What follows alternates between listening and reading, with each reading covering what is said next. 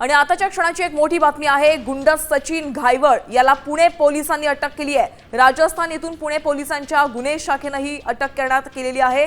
सचिन हा गुंड निलेश घायवळचा मोठा भाऊ आहे। सचिनवर खून, खंडणी, खुनाचे प्रयत्न, धमकी यांसारखे अनेक गुन्हे आहेत। आपण थेट आमचे प्रतिनिधी अक्षय बडवे यांच्याकडून अधिकचे अपडेट जाणून घ्यात। अक्षय, पुणे पोलिसांनी एक मोठी कारवाई केली आहे। सचिन घायवळला त्यांनी अटक केली आहे, काय अपडेट्स आहेत?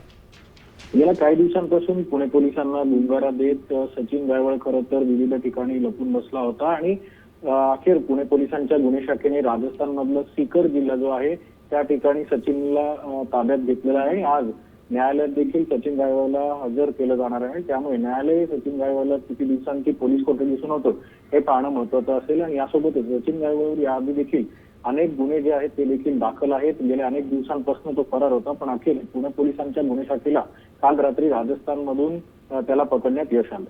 नक्कीच अक्षय, धन्यवाद या सविस्तर आढाव्यासाठी। तर आपण पाहतोय खून, खंडणी आणि धमकीसह अनेक गुन्हे याच्यावर दाखल आहेत।